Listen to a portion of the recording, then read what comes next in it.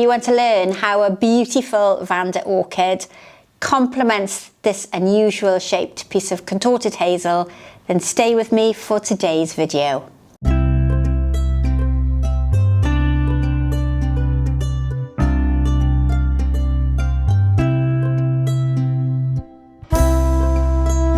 So welcome to today's video, which is probably going to be classed as a more modern floral design, and I'm going to start by explaining my mechanics.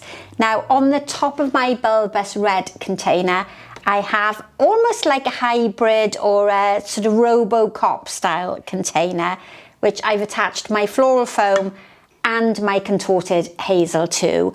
Now, underneath here are two different pieces of plastic dishes, containers that are used in the floral design world. This bottom piece here is part of a compote bowl, and I can probably bring in a photograph to show you. And I've glued it to a plastic Lomey dish.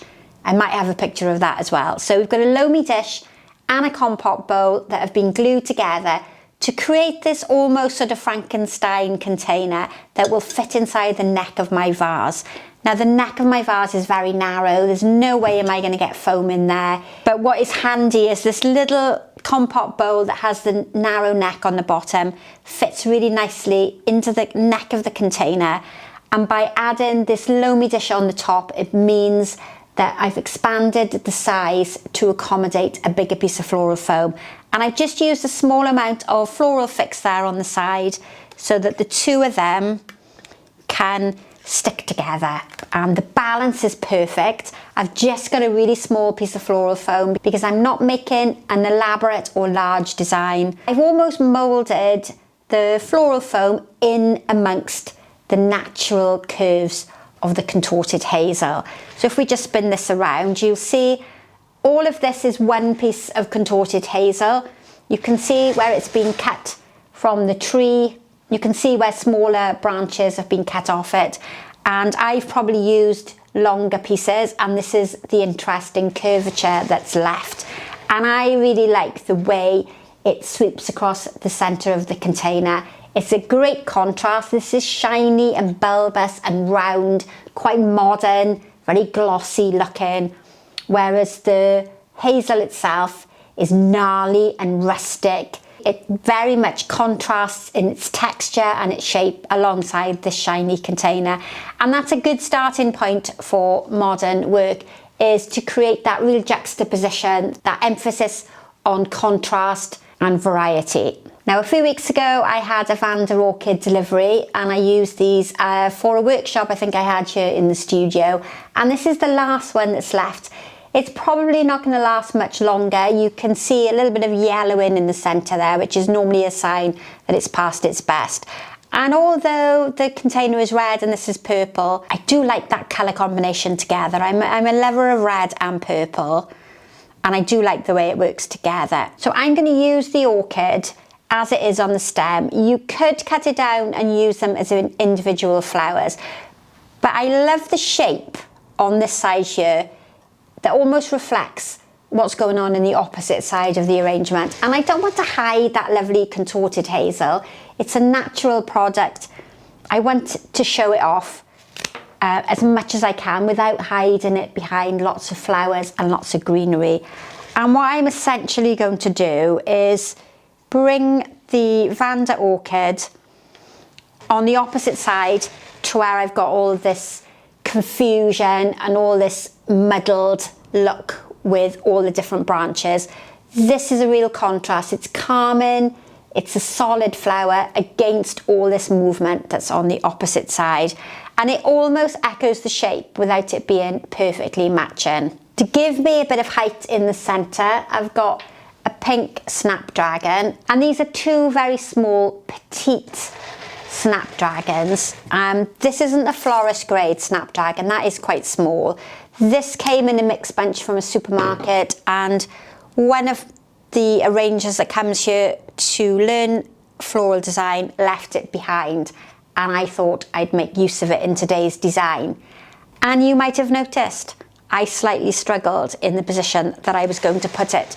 Now, my plan was to have it up here to give the arrangement a bit of height, but it's whichever position I put it in it's knocking this nice piece of contorted hazel at the back. So now I'm going to have to think, where else can I put it where it's going to create a bit of interest but not block and hide that really lovely branch. And I think I'm going to place it down this way. They are slightly curving downwards, so that's going to be beneficial for covering my plastic dish. The only problem with Snapdragons is they turn towards the light. They're geotropic, so there's a possibility that by tomorrow they might have started to straighten up. But I'm going to group the two of them in this section over here. Now the Snapdragons are also a few days old. They were left behind, and I'm making use of them really in the design. But by blocking them and grouping them at the front there, it gives a more modern feel to it than separating them off in opposite positions in the arrangement. And then I have a lovely leaf, and it's from a houseplant, and you know my brain has gone completely blank. But look at that. Isn't that just magnificent? Now this was a houseplant that I bought from a very well-known DIY store in the UK, and it's currently living on my kitchen windowsill. And I thought the colour link with that contorted hazel was just fantastic. So I'm going to place this somewhere towards the back. I don't want it directly behind the Vanda orchid because I really want it to be clearly seen. We don't want to hide it with other greenery, but it gives me a lovely contrast in colour and texture, and it almost echoes the position of the antirrhinum or the Snapdragon there at the front. Now to cover my foam, I'm going to use some open roses. I've got a variety called jackaranda, and again, they're a little bit older than a rose I would maybe use, but because it's quite open, it's got that nice flat shape head, it's going to work really nicely, tucked quite low to the foam. It's going to give me that more modern look that we like to have in a design like this. So I'm going to group them quite close to the front, just tucked down low, almost around, surrounding where I've placed those two antirrhinums.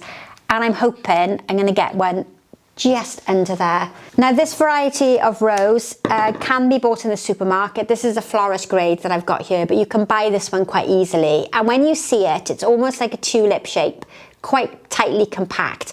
But within 5-7 days or so, this variety called jackaranda does open up really nicely, and it's almost like a flat rose. It's quite an unusual rose, and I'm pretty much guaranteed to get it to open because there are lots of roses now, especially if you're buying them from the supermarket, that just don't open, but the jackaranda is a lovely one. Now you can see my floral tape underneath, so I'm going to slightly move this one. I just want to get in the position that we're trying to hide as much of that plastic container and that floral tape as possible.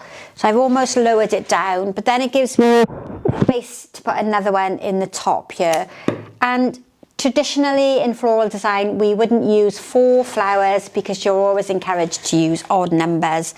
But what I'm trying to do is create the illusion of 1 flower rather than 4 individual heads. And together at the front, that gives me a lovely contrast. It's covering my foam, and it gives a really nice focal point at the front of the design. Now the difficulty with all modern designs is not to overfill it and clutter up the design. You do really need to concentrate on not using a huge amount of foliage that tends to give it that really cluttered look. You've got to keep it quite simple and let the flowers speak for themselves. But what I'm going to do here at the back, where I've got the foam, and we need to cover the foam at the back, whether it's a traditional design or whether it's more modern like this. I'm going to cover the back with 2 or 3 pieces of the purple Hebe, and by carefully placing those at the back, we can cover the foam but without making the design really cluttered there at the back. I also need to consider covering that plastic dish, and that's maybe something that's important to remember in modern designs, is the bigger your mechanics are, the more foliage you're going to have to use, and the more traditional the design will tend to be if you keep adding more and more to it. So with very minimal amount of greenery at the back, I'm going to try and cover that plastic dish. And in hindsight, maybe I would have been better not having that bigger plastic dish and going with something more simple. I don't really want to cover where that lovely branch is coming across the back. So I was a bit reluctant to angle the greenery in from that position, but I don't think I have a choice. If I want to cover that tray, I'm going to have to angle it from the top. And I'm just going to place a little bit in the side here and a few tiny little bits just tucked in there to make sure that the tape and the foam is covered from the back. But I've structured it so that I've grouped the materials together. I haven't mixed it through in that traditional manner. These clusters of foliage work much better in a more traditional design. And I really liked this lovely colour chrysanthemum alongside the Vanda orchid, but what I don't like is the colour of it alongside the container. So instead of using the chrysanthemum close to the container, I'm going to use this in that gap here at the top where I need to cover the foam. And I'm going to cut these down quite short, and they're going to come in that parallel style across the top to help cover my foam. But I need to keep them low on the foam so that they're not visible, because I don't want to heighten that arrangement there in the centre. So 3 of those tucked really close together. Let's get that in a position where you can see. So I've just got 3 there at the back, and I'm also going to sneak one underneath the leaf here at the back, just to make sure all of my mechanics are completely covered. And then my final part to cover is that small amount of foam right underneath there. And to do that, I'm going to use a small bit of trailing ivy. I've just got to find a piece that is curving in the right way. Now, if we look at these, if you look at that from that angle, these are curving really nicely in that direction. And in an arrangement, they would need to be in that position there to make use of that lovely curve. So what I'm going to have to do is just look through the different pieces of ivy that I've got to find one that's going to fit in that gap. And I don't mind if it's not a really nice shape like that previous one. The design is quite modern. We can get away with having something in there that isn't as perfect as that nice shape there. And then I'm hoping this is going to tuck in at the front. And what we're also doing here is giving a bit of a contrast against that quite strong piece of the contorted hazel. So it gives a contrast, but it doesn't hide it. That for me is a little long. It's drawing your eye too far down over the front. So I'm just going to cut it off halfway along and place this closer to the foam. And then I've got a group of it rather than a long trail, but it works to cover the floral foam and give me a nice bit of interest there in the corner. Now there's a slight blue tinge to my jackaranda rose, and that's a sign that the rose is a little bit old. So for those of you who know a lot about floral design, don't say to me I'm using an old rose, because I know I'm using an old rose, but I've chosen them because the colour is absolutely perfect. Now I think that is absolutely lovely. That's a really thought-provoking design and a style that I love to do, but you do need to have that striking flower and foliage combination to make it work. If you're just using supermarket roses or spray carnations, you don't quite get the same effect. But it'll be interesting to know whether you're lovers of contemporary modern designs or whether you much prefer the traditional arrangements. And you can let me know in the comment box if you'd like to see more designs just like this. Stay to the end if you want to see close-ups of the finished design. And thank you as ever for watching. It's so lovely on a Sunday to see you all come back to watch a new video. I look forward to seeing you for the next one very soon. Bye for now.